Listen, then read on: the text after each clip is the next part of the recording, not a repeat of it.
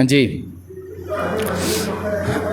ہاں ہاں، تو دیکھیے اس میں یہ ہے کہ اگر وقفہ زیادہ ہے، جیسے آپ کو وہاں مدینہ لے جائیں گے، آپ کو 15 دن 20 دن کے بعد پھر مکہ لے جاتے ہیں، تو اب چونکہ آپ احرام میں رہیں گے تو احرام کی پوری پابندی آپ کو کرنی ہے، لہٰذا اگر اتنا لمبا وقفہ ہے تو پھر آپ مدینے میں میقات جو مدینے کی ہے وہاں پہنچیں گے، کیونکہ ہن لہن ولمن اتی علیہن، اللہ کے رسول صلی اللہ علیہ وسلم نے کہا یہ میقات جو ہیں یہ جو وہاں کے لوگ ہیں ان کے لیے بھی ہے، اور جو وہاں سے گزر رہے ہیں وہاں آ رہے ہیں ان کے لیے بھی ہے، تو آپ وہاں جا کے ذوالحلیفہ میں وہاں آپ احرام پہنیں اور وہاں سے احرام کی نیت کریں۔ جی ہاں، اگر مدینہ جا رہے ہیں ڈائریکٹ تو وہیں مدینے کی میقات پہ، جی ہاں ہاں، تو 1 مہینہ پہلے جائیں جب بھی، جیسے اگر حج کے ایام میں جا رہے ہیں نا تو آپ چاہے جتنا دن رہے، چاہے 1 مہینہ ہو 1.5 مہینہ جو بھی ہو، آپ عمرہ کریں گے اور پھر اس کے بعد حلال ہو جائیں گے، ٹھیک ہے؟ پھر 8 تاریخ کو حج کا احرام باندھیں گے۔ ہاں وہی جی، وہاں پھر حج کی نیت کریں گے، اللہم لبیک حجن کہیں گے، جی اس میں ہے وہ چیز۔ آئیے شیخ، ہاں یہ آپ جو ہے کیونکہ اللہ کے رسول سے ایسے ثابت ہے تو جیسے ثابت ہے جو عبادت ویسے انجام دیں گے۔ جی آئیے شیخ علی۔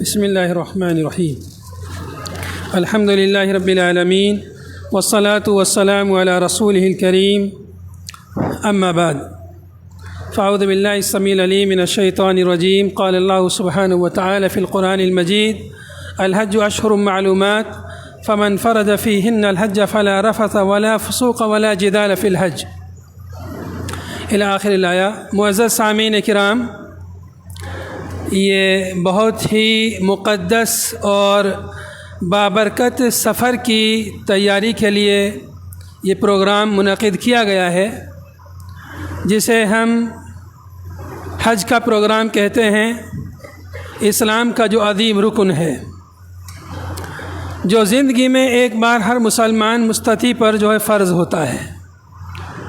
باقی عبادتیں، نماز روزہ وغیرہ ہم نمازیں روزانہ پڑھتے ہیں، رمضان کے روزے ہر سال رکھتے ہیں، لیکن یہ عبادت ایسی ہے کہ یہ ہم زندگی میں ایک بار کرتے ہیں، لہٰذا اس کو اچھی طریقے سے سمجھ کر ہمیں کرنا چاہیے تاکہ اس میں کمی کوتاہی نہ ہو، اور تاکہ ہمارا حج حج مبرور بن جائے، جس کی جزا، جس کا بدلہ جنت ہے، جس کے بعد انسان ایسے ہو جاتا ہے جیسے اپنی ماں کے پیٹ سے پیدا ہوا ہو اور اس پر کوئی گناہ نہیں ہوتا ہے۔ اتنی عظیم فضیلتوں والی عبادت ہے تو اسے ہمیں اچھی طریقے سے سمجھنا ہے۔ تو پہلے آپ یہ سمجھ لیجئے، ہم لوگ عام طور پر حج تمتع کرتے ہیں۔ حج کی 3 قسمیں ہیں، قران اور افراد اور تمتع۔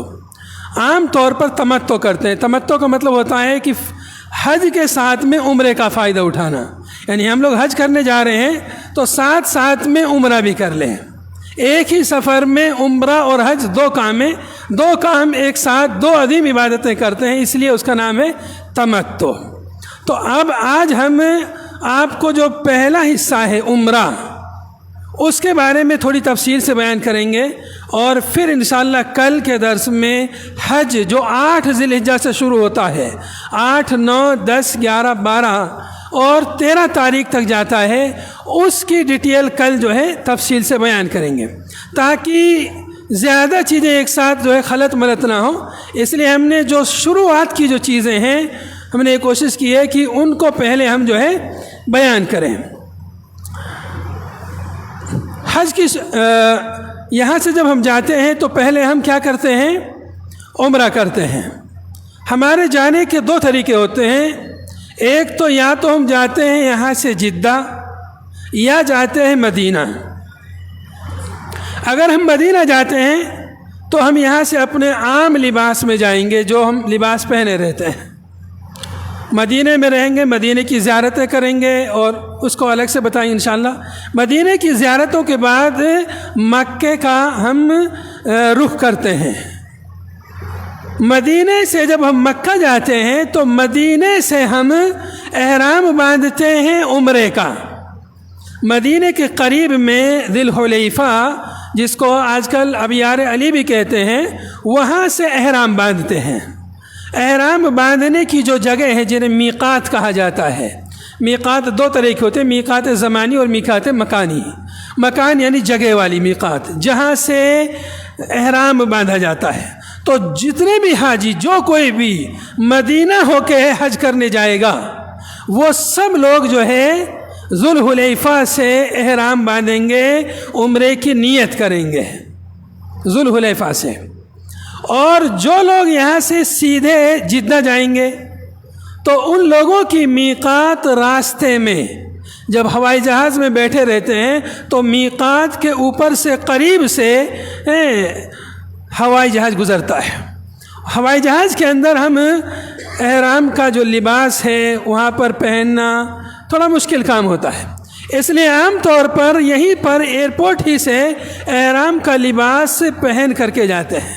وہ سمجھیے ایک عام لباس ہے، ایک چادر نیچے ایک چادر اوپر، بس وہ ایک تیاری ہے، حج عمرے کی نیت کرنے کی ایک تیاری ہے۔ جب ہوائی جہاز میقات کے اوپر سے گزرے گا یا وہاں کے قریب سے گزرے گا، ہوائی جہاز میں اعلان کر دیا جاتا ہے کہ اب ہوائی جہاز ہم میقات کے قریب سے گزر رہے ہیں، سب لوگ نیت کر لیجئے۔ تو وہاں پر جو ہے نیت کر لی جاتی ہے ہوائی جہاز کے اندر ہی، اور پھر ہم آگے مکے سے بھی آگے جدہ پہنچ جاتے ہیں، پھر وہاں سے مکہ مکرمہ آتے ہیں۔ تو پہلا کام جو ہے ہمارا کیا ہوتا ہے؟ نیت کرنے کا ہوتا ہے۔ اسی وقت جو ہے احرام کا جو لباس ہے وہ بھی جو ہے پہنا جاتا ہے۔ مردوں کے لیے دو چادر ہوتی ہیں لباس میں۔ یہ اللہ رب العالمین نے اس میں اتنا عظیم درس رکھا ہے، کون امیر، کون غریب، کون فقیر، کون بادشاہ، سب لوگ اسی لباس میں رہتے ہیں۔ کچھ سمجھ میں نہیں آتا کہ کون بادشاہ ہے، کون فقیر ہے، کون کیا ہے۔ یہ دو لباس، ایک نیچے اور ایک اوپر۔ کوئی آئے قریب میں جو حج کے لیے جا رہا ہو، اسے باندھ کر کے دکھائے۔ جی آئیے، یہ مردوں کے لیے ہے۔ خواتین کا عام جو لباس ہے وہی لباس ان کا احرام ہوتا ہے۔ ادھر تھوڑا آ جائیے۔ ہاں، یہ آپ نیچے جیسے لنگی یا تہمند جیسے باندھتے ہیں، اس کو ایسے باندھ لیجئے۔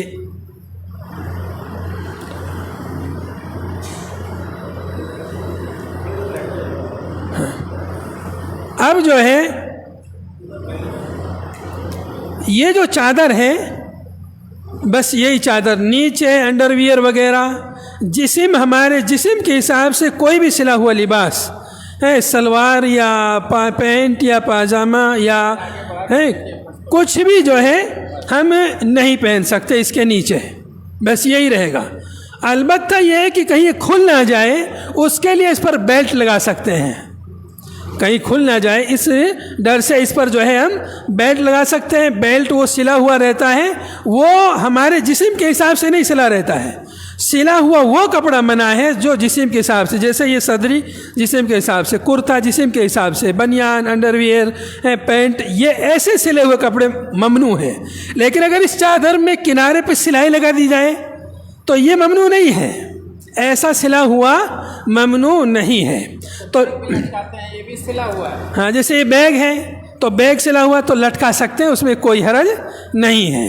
تو ایک چادر یہاں نیچے ہوگی، اس میں کوئی یہاں پر بٹن وغیرہ، سیٹ وغیرہ بھی لگا لیتے ہیں تو اس میں بھی کوئی حرج نہیں ہے، یا پن سے جو ہے کچھ لوگ باندھ لیتے ہیں، اس میں بھی کوئی حرج نہیں ہے۔ دوسری چادر جو ہے اوپر ہوتی ہے۔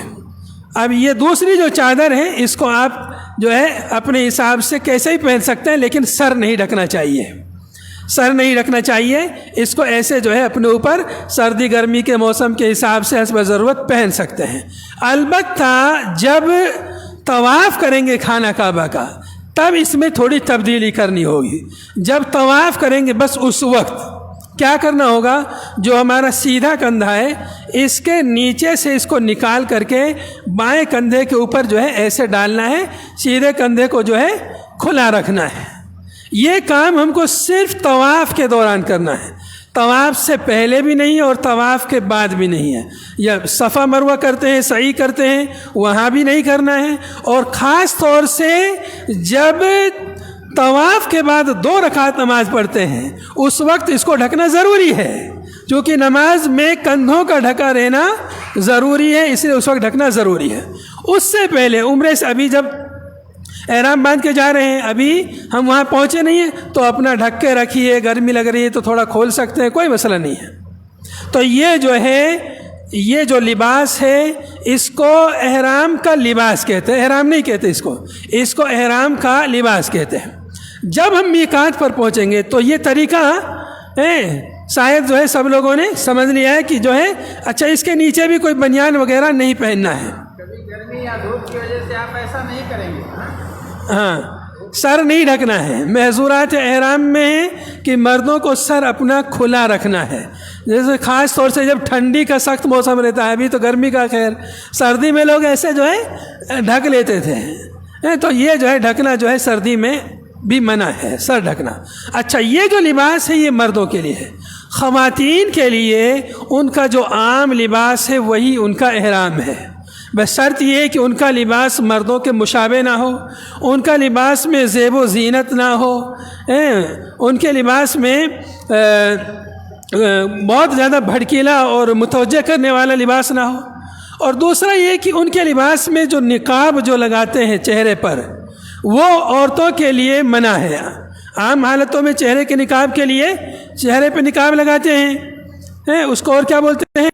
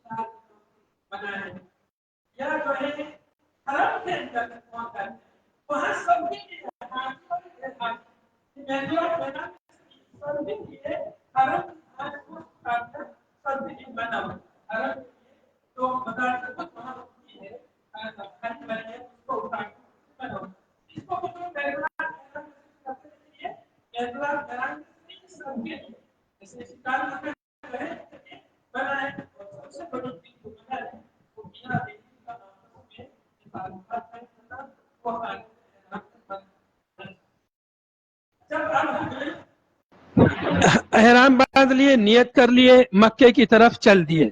مکے میں اچھا احرام جب باندھتے ہیں میقات پر, وہاں پر یہ بھی مستحب ہے کہ غسل کر لیا جائے, غسل کرنا بھی مستحب ہے. اور خوشبو لگانا احرام میں منع ہے, احرام میں نہیں لگا سکتے کپڑے میں. جسم میں ہم ابھی نیت کرنے سے پہلے میقات پر ہم خوشبو اپنے جسم میں لگا سکتے ہیں. جب ہم نیت کر لیں گے اس کے بعد خوشبو لگانا بھی حرام ہو جائے گا, سب کے لیے, مردوں کے لیے بھی, عورتوں کے لیے, سب کے لیے خوشبو لگانا حرام ہو جائے گا, ممنوع ہو جائے گا. تو جب ہم نے نیت کر لی اور احرام باندھ لیا, لباس پہن لیا, نیت کر لی, اب اس کے بعد جو محظورات احرام ہیں ان سب کی پابندی کرنا ضروری ہے. اگر ان کی مخالفت کی ہم نے تو ہمارے اوپر فدیہ واجب ہو جائے گا, فدیہ واجب ہو جائے گا, جو کہ 3 دن روزہ رکھنا یا 6 مسکین کو کھانا کھلانا یا ایک جانور جو ہے ذبح کرنا, اگر بڑا جانور ہے تو اس میں کوئی حصہ لینا, یہ جو ہے کرنا پڑے گا اگر کسی نے جان بوجھ کر کے محظورات احرام کی اگر کسی نے مخالفت کی.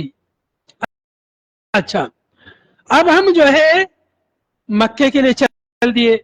مکے میں جب پہنچیں گے تو یہاں بھی مستحب ہے, ضروری نہیں ہے, مستحب ہے کہ وہاں بھی ہم پہنچ کر پہلے غسل کر لیں.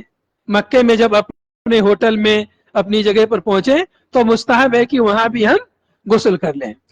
تو معلوم یہ ہوا کہ احرام نکال کر ہم غسل کر سکتے ہیں, اس میں کوئی حرج کی بات نہیں ہے. غسل کرتے ہوئے اگر کوئی بال جھڑ جاتا ہے سر میں سے, داڑھی میں سے, اس میں کوئی حرج نہیں ہے. ایسا نہیں کہ اس کی وجہ سے دم یا فدیہ دینا ضروری ہے. جو بال ہم کاٹے جان بوجھ کر حالت احرام میں, اس پر جو ہے فدیہ واجب ہوتا ہے, نہ کہ جو ہے غلطی سے کھجلا دیا, کوئی بال نکل گیا, تو یہ اس پر کوئی حرج کی بات نہیں ہے. اب وہاں ہم نے غسل کر لیا, اب ہم جائیں گے خانہ کعبہ. یہ خانہ کعبہ کی تصویر ہمیں دکھ رہی ہے, مسجد حرام ہے. یہ لائٹیں ذرا سا بند کر دیجئے.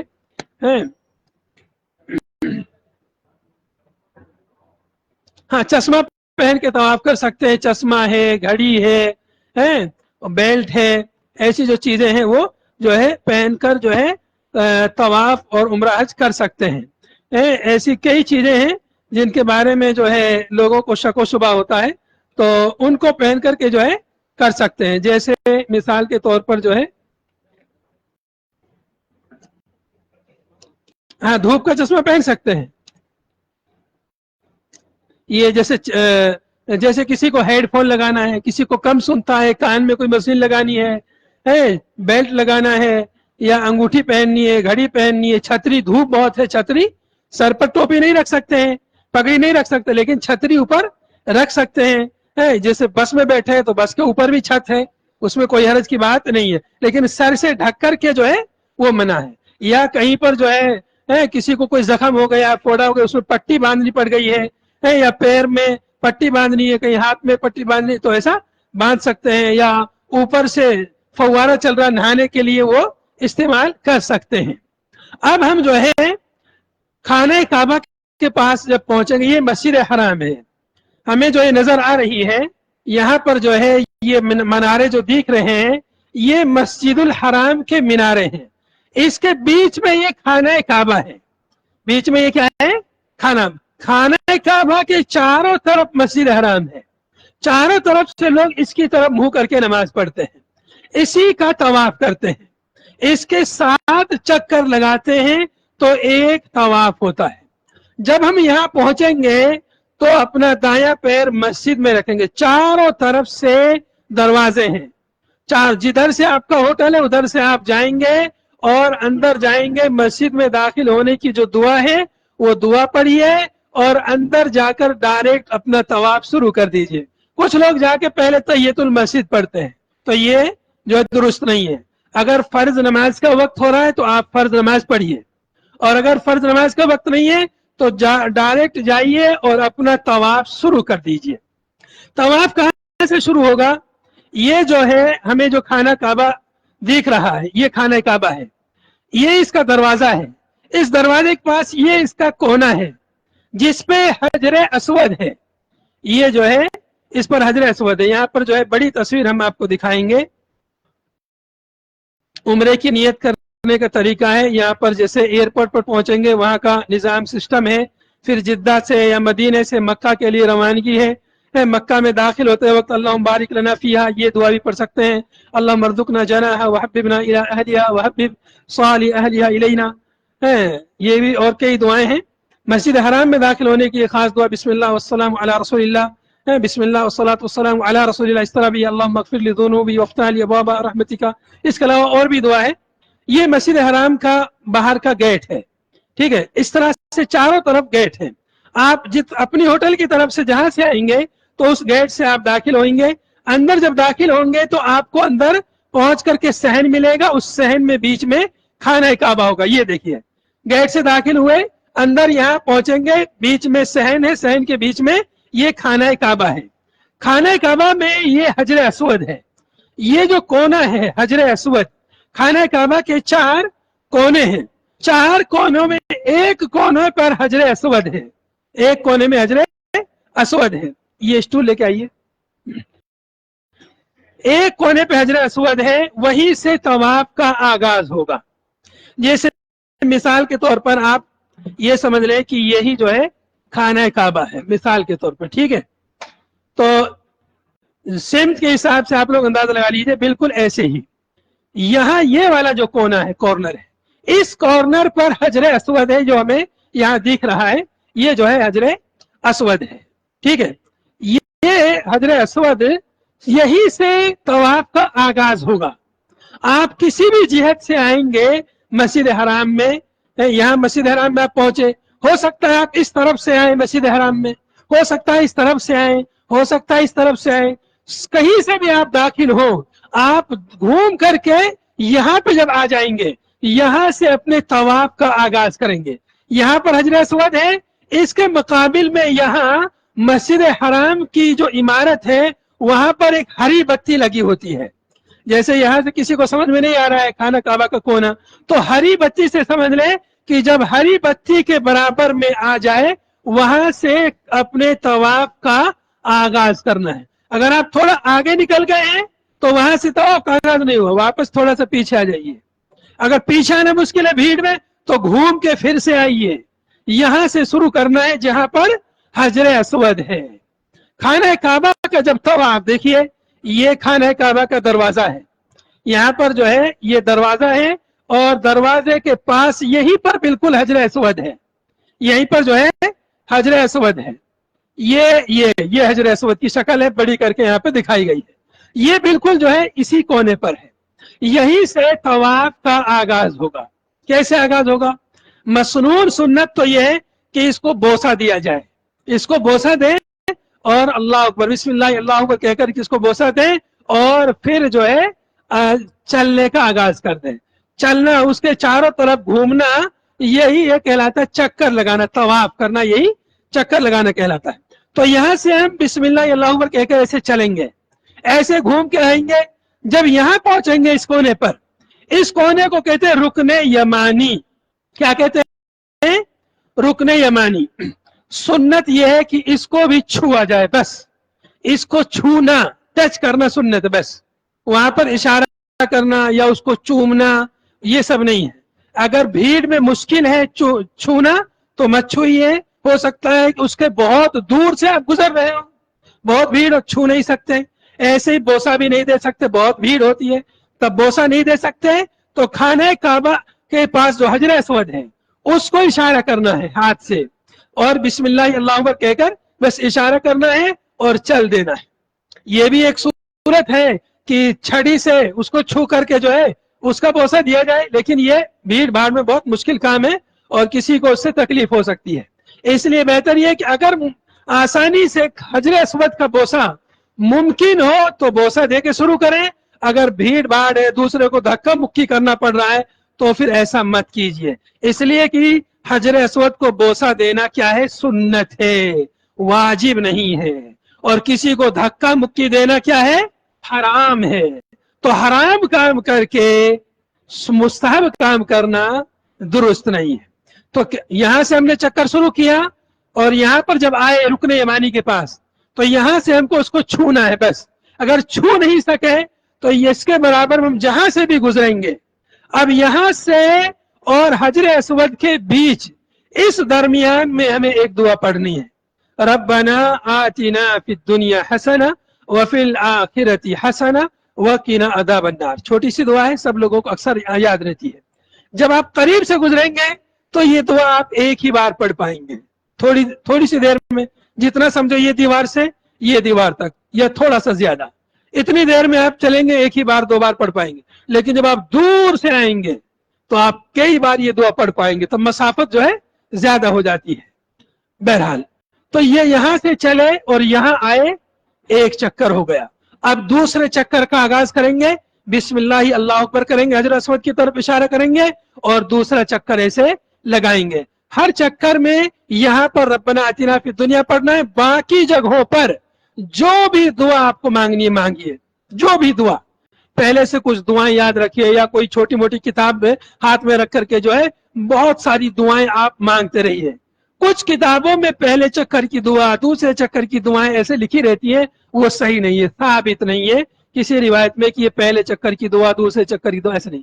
آپ کسی بھی چکر میں کوئی بھی کتنی بھی دعا مانگ سکتے ہیں. دعا کے علاوہ تسبیح، سبحان اللہ، الحمدللہ، لا الہ الا اللہ، اللہ اکبر، استغفر اللہ وغیرہ بھی پڑھ سکتے ہیں. بس اس بیچ میں ربنا آتنا فی الدنیا پڑھنا مستحب ہے، افضل ہے، سنت ہے. تو ایسے ایک چکر ہوا، پھر دوسرا چکر ہوا، پھر جو بسم اللہ اللہ اکبر کہیں گے. ایسے 7 چکر جب مکمل ہو جائیں گے، 7واں چکر جب مکمل ہو جاتا ہے پھر لوگ بسم اللہ اللہ اکبر کہتے ہیں، پھر نہیں کہنا ہے. عام طور پر جو ہے جب وہاں پہنچتا ہے بسم اللہ اللہ اکبر. اب جب 7واں پورا ہوگا اب نہیں کہنا ہے بسم اللہ اللہ اکبر، تو اسی وقت کہتے ہیں جب شروع کرتے ہیں. اب ہم نے 7 مکمل ہو گیا، اب کیا کرنا ہے، یہاں پر مکمل ہوا. اب یہی سے تھوڑی دور پر مقام ابراہیم ہے. کیا ہے مقام ابراہیم؟ یہ جو دیکھ رہا ہے خانہ کعبہ کا ایک کارنر جو ہے، یہ جو ہے رکن یمانی ہے، اوپر لکھا ہوا ہے رکن یمانی. ٹھیک ہے، یہ رکن یمانی سے پہلے جو دیکھے تھے وہ حجر اسود ہے. یہ رکن یمانی ہے، اس کونے پر جو ہے ادھر جو ہے حجر اسود ہے. یہاں پر ایک بات اور جو ہے دیکھیے، یہ رکن یمانی کو چھونا ہے. جیسے یہاں پر دیکھیے یہ آدمی چھو رہا ہے، یہ ہاتھ یہاں لگا ہوا ہے. اس کے علاوہ یہ جو ہاتھ یہاں لگے ہوئے ہیں یہ سب درست نہیں ہے. یہ جو ہاتھ لگے ہوئے ہیں، بہت سے لوگ خانہ کعبہ کو چومتے ہیں، اس کو خانہ کعبہ کو ہی چومنا ہے، حجر اسود. بس دنیا میں ایک ہی پتھر ہے جس کو چوما جاتا ہے. اس کے مقابل میں کوئی اور اگر پتھر چومتا ہے وہ حجر اسود کی توہین کرتا ہے. اور دنیا میں ایک ہی گھر ہے جس کے چکر لگائے جاتے ہیں، اگر کسی اور کا کوئی چکر لگاتا ہے وہ خانہ کعبہ کی حق تلفی کر رہا ہے. باقی جگہ سے چومنا، چاٹنا، لٹکنا یہ سب درست نہیں ہے. چھونے کی ایک جگہ ہے رکن یمانی اور بوسہ لینے کی بھی ایک جگہ ہے حجر اسود. اس کے بعد جو ہے ایک جگہ یہ ہے، اس کو بولتے ہیں حتیم. یہ بھی خانہ کعبہ کا حصہ ہے. یہ حتیم جو ہے جیسے یہ خانہ کعبہ ہے، اس طرف میں ایک دیوار ہے، ایسے چھوٹی سی دیوار نیچے، اس دیوار کو حتیم کہتے ہیں. وہ بھی خانہ کعبہ کا حصہ ہے. یہاں پر اندر داخل ہونے کا راستہ بھی ہے. کچھ لوگ کبھی کبھی یہاں سے داخل ہو کے یہاں سے نکل گئے. اگر کسی نے طواف کے دوران ایسا کیا تو اس کا طواف نہیں ہوگا، چونکہ یہ خانہ کعبہ کا حصہ ہے. اگر کوئی اندر سے گیا، حتیم کے اندر سے، اس کے اندر سے کوئی اگر گزرا ہے تو پھر اس کا حج، اس کا عمرہ، یہ طواف نہیں ہوگا، اس کا طواف نہیں ہوگا. یہ جو ہے حتیم کی جو ہے شکل یہاں پہ ہمیں نظر آ رہی ہے. تو ایک طرف یہ دیوار، تو اس کے باہر سے جو ہے عام طور پر وہ بند رہتا ہے، کبھی کبھی کھول دیا جاتا ہے تاکہ کچھ لوگوں کا شوق پورا کر لے. کچھ لوگ اپنا خانہ کعبہ کے اندر نماز پڑھنے کا جو شوق رہتا ہے وہ پورا کر لے، اس لیے کہ اس کے اندر نماز پڑھ لیا گویا کہ خانہ کعبہ کے اندر ہم نے نماز پڑھ لی ہے. اچھا، اب جب ہمارا یہ جو ہے طواف کے بارے میں جو ہم نے باتیں آپ کو بتائی ہیں وہ یہاں لکھی ہوئی ہے. یہ مقام ابراہیم کی شکل ہے. یہ جو ہے یہ جو بنی ہوئی ہے یہی مقام ابراہیم کی شکل ہے. اس کے پیچھے یعنی اس کے اس طرف جا کر کے 2 رکعت پڑھنا طواف کی مسنون ہے، سنت ہے، مستحب ہے. باقی اگر وہاں بھیڑ بھاڑ ہے، کبھی کبھی مقام ابراہیم سے پیچھے پورے شہر میں لوگ طواف کر رہے ہوتے ہیں، وہاں پر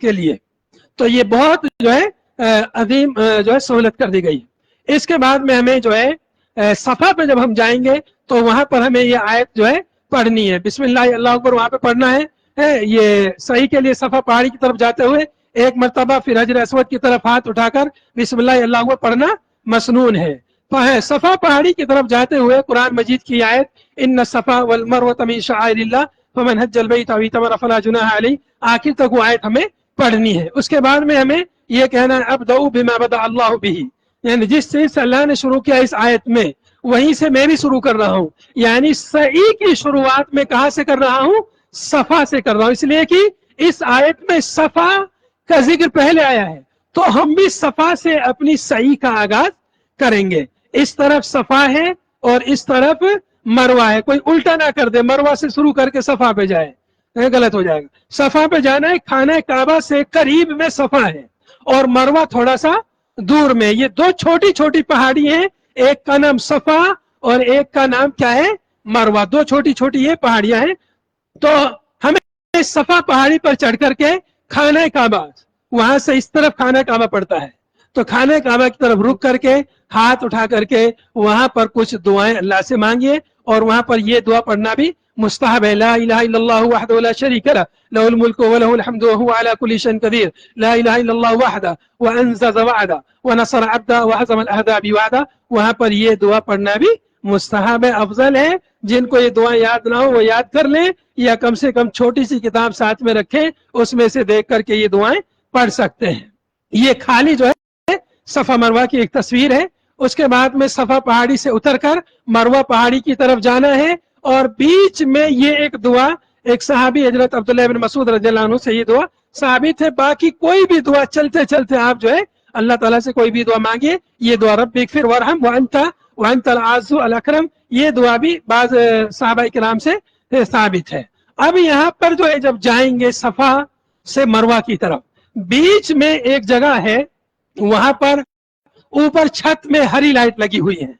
اوپر چھت میں ہری لائٹ ہے. اس بیچ میں جہاں جہاں ہری لائٹ ہے اس بیچ میں تھوڑا سا تیز دوڑنا ہے پہلوان کی طرح.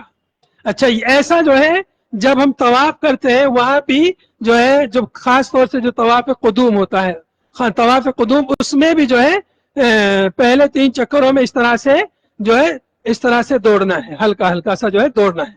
اور یہاں پر جو ہے ہری لائٹ جہاں لگی ہے چھت میں اس کے نیچے دوڑنا ہے. صرف مردوں کو، عورتوں کو اپنی عام رفتار میں چلنا ہے اور مردوں کو تھوڑا تیز دوڑنا ہے. یہاں پر جو ہے حضرت حاضرہ علیہ السلام کی پیروی میں مرد جو ہے سبز بتیوں کے والے ستونوں کے درمیان تیز تیز چلیں، عورتیں عام رفتار سے چلیں. صفا سے مروہ 1 چکر اور مروہ سے صفا 1 چکر شمار کر کے 7 چکر پورے کریں. 7واں اور آخری چکر مروہ پر جو ہے ختم ہوگا. اچھا، اس کے بعد جو ہے ایسے آپ نے 7 چکر مکمل کر لیے. صفا سے شروع کریں گے، 7واں چکر کہاں مکمل ہوگا؟ مروہ پر مکمل ہوگا. مروہ پر مکمل ہونے کے بعد اب ہمارا کیا کام رہ جاتا ہے؟ بال کٹانے کا کام رہ جاتا ہے. یہ بھی ایک شکل ہے صفا مروہ کے درمیان کی ہے. اب جو ہے بال کٹانا ہے. بال جو ہے اگر آپ کا حج قریب ہے، حج قریب، عمرے کے 1 دن کے بعد حج ہے، تو بالوں کو چھوٹا کرانا بہتر ہے تاکہ حج میں بھی بال کٹوا سکیں. اور اگر حج میں بھی ٹائم ہے، 1 مہینہ ہے، 15-20 دن ہے، تو آپ سر کا حلق کرا لیں، یہ بہتر ہے. باقی دونوں کام جائز اور درست ہیں، بس افضلیت کا جو ہے فرق ہے. جب آپ بال کٹا لیں گے، اب آپ جو محظورات احرام کی جو پابندیاں تھی وہ پابندیاں ختم ہو جاتی ہیں. احرام کی جو پابندیاں ہیں، وہ پابندی جو ممنوعات تھے وہ سب ختم ہیں. اب آپ نہا کر کے غسل کر کے اپنا کپڑا پہن لیجئے. کپڑا پہن لیا آپ نے. مثال کے طور پر آپ ابھی حج کرنے گئے، ابھی حج میں کتنا دن باقی ہے؟ ابھی حج میں جو ہے 1.5 مہینہ تقریباً باقی ہے. ابھی حج کے لیے گئے، آپ نے عمرہ کر لیا، اب آپ کو حج کے دنوں کا انتظار کرنا ہے. حج شروع ہوتا ہے ذی الحجہ کی 8 تاریخ سے. 8, 9, 10, 11 اور 12 ان دنوں میں حج ہو جاتا ہے. چاہے تو کوئی 13 تاریخ کو بھی مکمل کر لے مینا میں اپنے قیام کو. تو یہ 5-6 دن ہوتے ہیں حج کے. اس سے پہلے ہم جو ہے وہاں پہنچ کر کے زیادہ سے زیادہ عبادت کریں, طواف کریں, خانہ کعبہ کے طواف کریں, دعائیں کریں, نفلی نمازیں پڑھیں, تہجد کا اہتمام کریں, صلاۃ ضحیٰ کا اہتمام کریں, جو بھی عبادت ہو, قرآن پاک کی تلاوت کریں, ذکر و اذکار کریں, تسبیح پڑھیں, استغفار پڑھیں, روزہ رکھیں. لیکن یہ خیال رہے کہ ہماری جو اصلی عبادت ہے جس کے لیے ہم نے پوری محنت کی ہے وہ ابھی باقی ہے, وہ ابھی باقی ہے. تو مطلب اتنا کیجئے کہ آپ کو کوئی بیماری لاحق نہ ہو جائے, بہت زیادہ تھک نہ جائیں کہ اصل عبادت متاثر ہو. تو 8 ذی الحجہ تک آپ اب مکے میں عبادتیں اذکار کریں, تلاوتیں کریں, اپنا لباس پہن لیا, جو ممنوع چیزیں تھیں وہ اب ہمارے لیے جائز ہو جاتی ہیں. لیکن جو لوگ حج قران کرتے ہیں وہ لوگ جیسے ابھی احرام باندھ کے گئے تو حج تک وہ لوگ احرام میں رہیں گے, ساری پابندیاں کرنی پڑیں گی, تو وہ بہت مشکل کام ہے. ایسے ہی جو حج افراد کرتے ہیں وہ عمرہ نہیں کرتے ہیں, بس حج کرتے ہیں, وہ قربانی بھی نہیں کرتے ہیں, تو ان کے لیے بھی وہ بھی حالت احرام میں رہتے ہیں, وہ بھی حالت احرام میں رہتے ہیں. تو آسان والا حج اور زیادہ فضیلت والا حج جو ہے حج تمتع ہے. حج تمتع یہ آسان والا حج ہے. تو اب جو ہے بال کٹا لیا آپ نے, جو ہے اپنا لباس پہن لیا, اب جو ہے حج کا انتظار کیجیے, جب حج کے دن آ جائیں گے تب حج شروع کرنا ہے. اب حج جو ہے ہمیں جو کرنا ہے,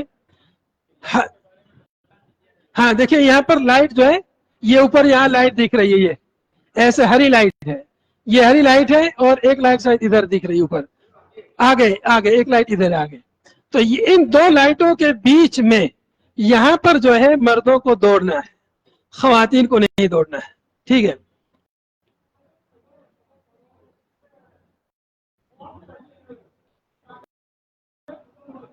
ہاں یہ جو کاندھا کھلا ہوا ہے یہ درست نہیں ہے, اس کا جو کاندھا کھلا ہوا ہے ویسے کوئی حرج بھی نہیں ہے, لیکن جو ہے یہاں پر کندھا کھلنا مستحب نہیں ہے.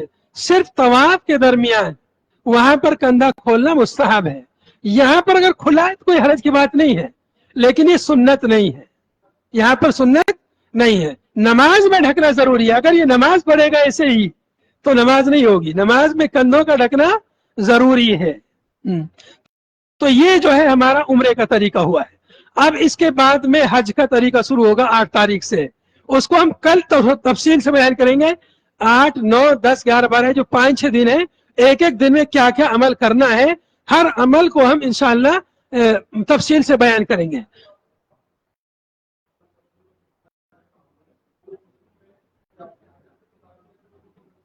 تھوڑا سا قریب آئیے.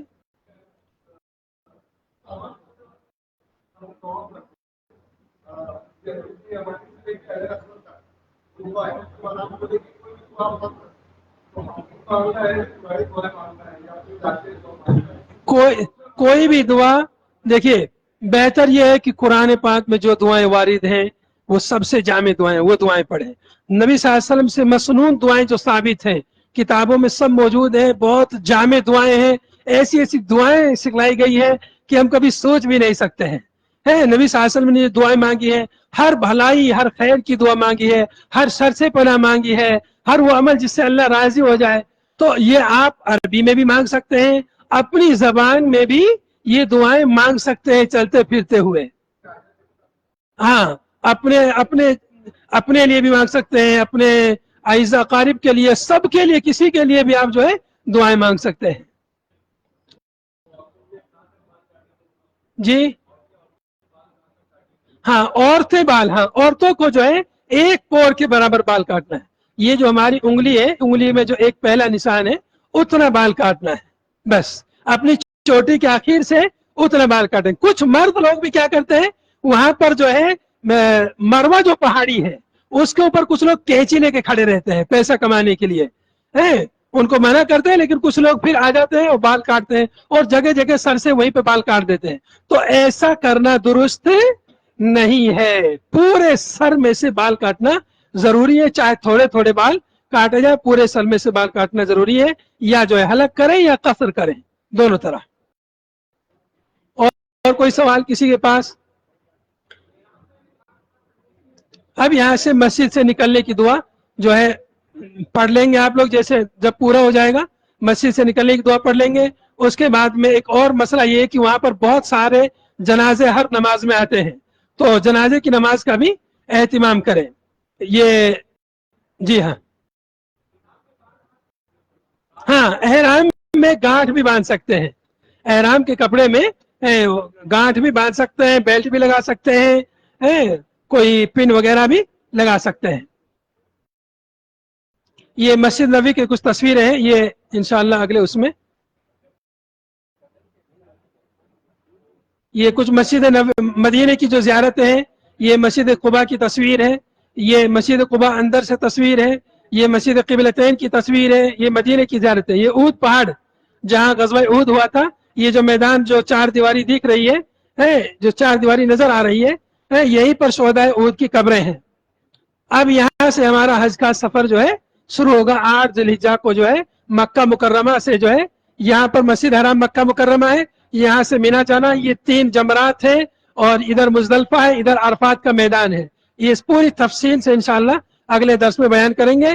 8 تاریخ کو مینا جانا رہتا ہے, ایک رات یہاں گزارتے ہیں, پھر مینا سے عرفات جاتے ہیں, یہاں مزدلفہ ہوتے ہوئے عرفات جاتے ہیں 9 تاریخ کو یہاں مغرب تک سورج غروب ہونے تک یہاں رہتے ہیں.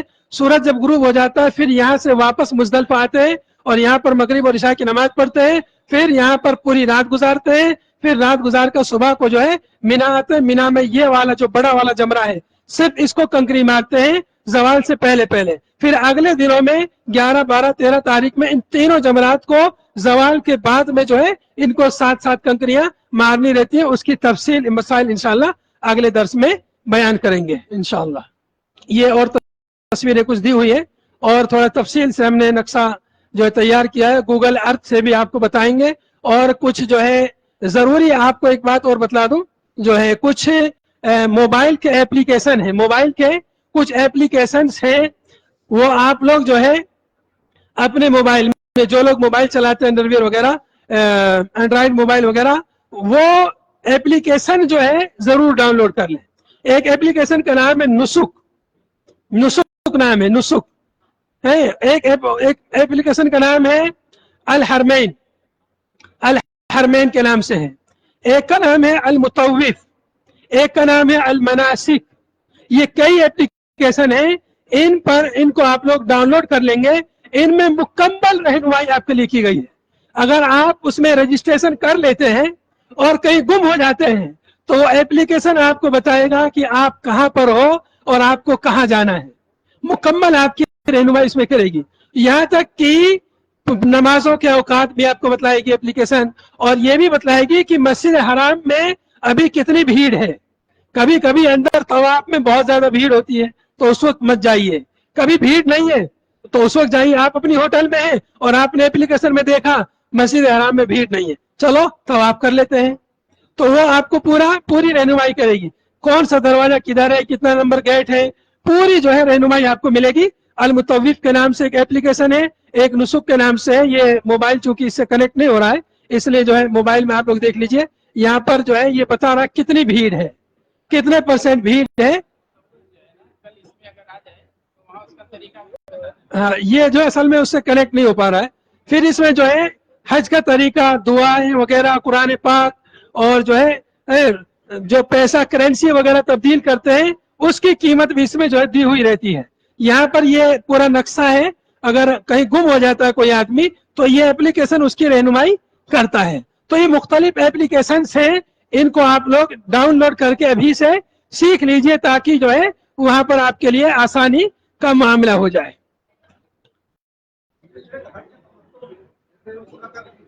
ایک منٹ,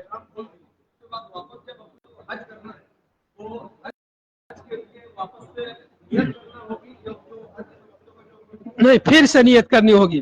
8 تاریخ سے حج جب شروع کریں گے, اپنے مکان سے, اپنی ہوٹل سے احرام کا لباس باندھیں گے, وہیں سے نیت کریں گے حج کی. اللہم لبیک حجن کہیں گے اور وہیں سے نیت کریں گے. آج کل جو ہے بھیڑ بھاڑ زیادہ رہتی ہے, اس لیے ٹور والے 7 تاریخ کو ہی مینا لے جاتے ہیں. 8 تاریخ کو سب کو مینا لے جانا مشکل ہوتا ہے, اس لیے 7 تاریخ کو شام ہی میں یا رات میں جو ہے مینا میں پہنچا دیا جاتا ہے.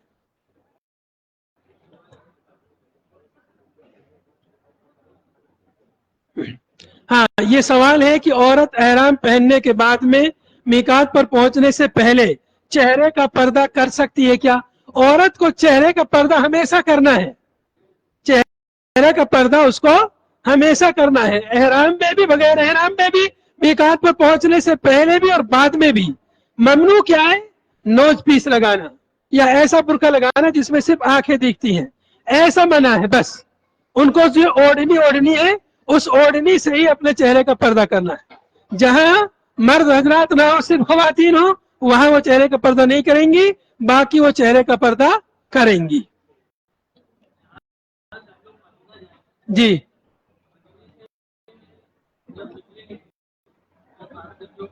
جی جی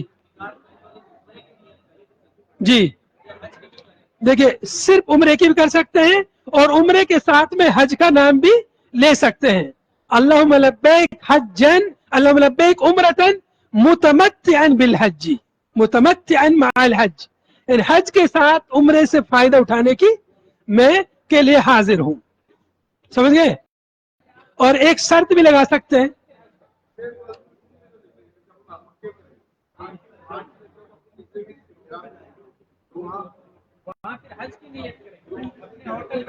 ہاں روم ہی سے حج کی نیت کرنی ہے، روم ہی، ہاں وہاں پر جو ہے عمرے کی نیت کرنی ہے۔ ابھی یوں سمجھو یہاں سے جا کر بس عمرہ کرنا ہے، اور حج 8 تاریخ سے شروع ہوگا، یہ حج تمتع کی قسم ہے۔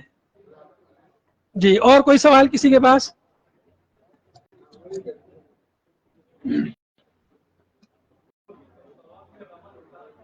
ہاں ہاں ایک چیز جو ہے، ہاں یاد دلا دیا آپ نے، طواف میں جو طواف قدوم ہوتا ہے اس میں رمل ہوتا ہے، اجتماع تو یہ صورت ہوگی کندھا ڈھکنے والی، اور رمل میں ایسے ہلکا ہلکا پہلوان کی طرح دوڑنا، لیکن یہ خیال رہے کہ یہ سنت ہے، مستحب ہے، صرف جو ہے مردوں کو دوڑنا، خواتین کو نہیں۔ اور دوڑنے میں یہ خیال رہے کہ کسی کو دھکا مکی نہ ہو، کوئی تکلیف نہ ہو، اس طرح سے جو ہے طواف قدوم میں رمل کرنا ہے۔ باقی طواف افادہ ہے یا طواف وداع ہے اس میں رمل نہیں کرنا ہے۔ جی اور سوال؟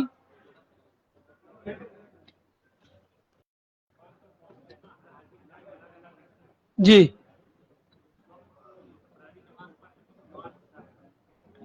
عرفات میں، ہاں عرفات پہ پہنچنے کا وقت جو ہے سب کا الگ الگ رہتا ہے، وہاں ہم کو ظہر اور عصر کی نماز پڑھنی ہے، تو جو ہمارا گروپ رہے اس کو ہم ایک ساتھ جماعت کر کے ہم لوگ ظہر کی نماز پہلے پڑھیں پھر عصر کی نماز پڑھیں۔ اگر آپ ظہر سے پہلے پہنچ جاتے ہیں تو جب ظہر کا وقت ہو اسی وقت جو ہے ظہر کی بھی اور عصر کی نماز دو دو رکعت جو ہے قصر کر کے پڑھیں گے۔ اور اگر آپ تھوڑا تاخیر سے پہنچتے ہیں، لیٹ ہو جاتے ہیں، تو جب آپ پہنچے تب وہاں پہنچ کر کے جو ہے ظہر عصر کی نماز پڑھ لیں، اگر ظہر کے بعد پہنچتے ہیں تو، اور پہلے پہنچ جاتے ہیں تو پھر ظہر کا انتظار کریں۔ اللہ تعالیٰ سے دعا ہے، اللہ تعالیٰ جی ہاں ہاں کل کی کیا تفصیل ہے؟ ہاں کیا نہیں پڑھنا آتا ہے؟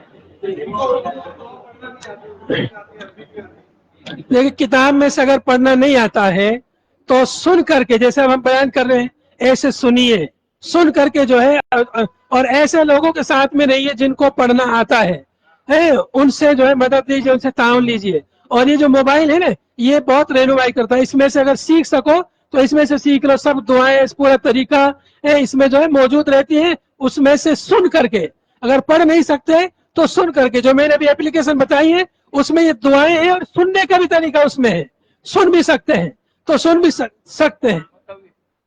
مطوف، المطوف کے نام سے ایک ہے، نسک کے نام سے ایک ہے، مناسک کے نام سے ایک ہے، الحرمین کے نام سے، مکمل گائیڈ ہے حرمین شریفین کی، کون سا دروازہ کدھر ہے، کب کھلتا ہے، عورتوں کا کدھر ہے، مردوں کا کدھر ہے، بیماروں کے لیے کدھر ہے، الیکٹرانک سی ڈی کدھر ہے۔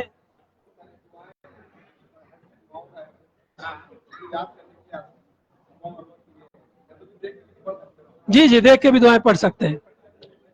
تو کل انشاءاللہ حج کی جو پوری تفصیل ہے 8 تاریخ سے لے کر کے 13 تاریخ تک کی وہ تفصیل بھی بیان کی جائے گی اور مدینے کی زیارت بھی انشاءاللہ بیان کی جائیں گی. جی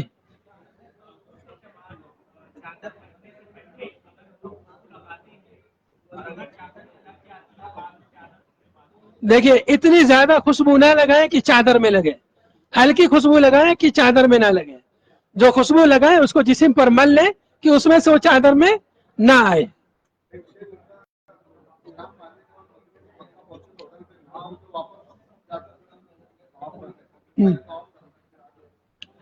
ہاں جیسے بھی آپ کے لیے سہولت ہو, بہتر یہ ہے کہ پہلے ہوٹل پہ جائیے, وہاں غسل کیجئے, غسل کر کے اپنا احرام پہن لیجئے, پہن لیجئے, اور پھر جو ہے نہا دھو کر تھوڑا فریش ہو جائیں گے تب عبادت کریں گے تو اس کا مزہ الگ ہے. اور تھکے ہوئے جائیں گے تو اس میں وہ بات نہیں ہے. تھوڑا سا آرام, اگر آپ کو نیند آ رہی ہے, تھکاوٹ ہے, تھوڑا آرام کر لیجئے تاکہ ہاں دوسرے دن بھی کر سکتے ہیں, ضروری نہیں اسی دن کہیں کیا جائے. آپ آرام کر کے فریش ہو کر کے ہاں تھوڑا سا آرام کر لیجئے, اس کے بعد کیجئے تاکہ بہت نشاط کے ساتھ جو ہے آپ عبادت کر سکیں. جی چلیے بس. سبحانک اللہم و بحمدک نشہد ان لا الہ الا انت نستغفرک.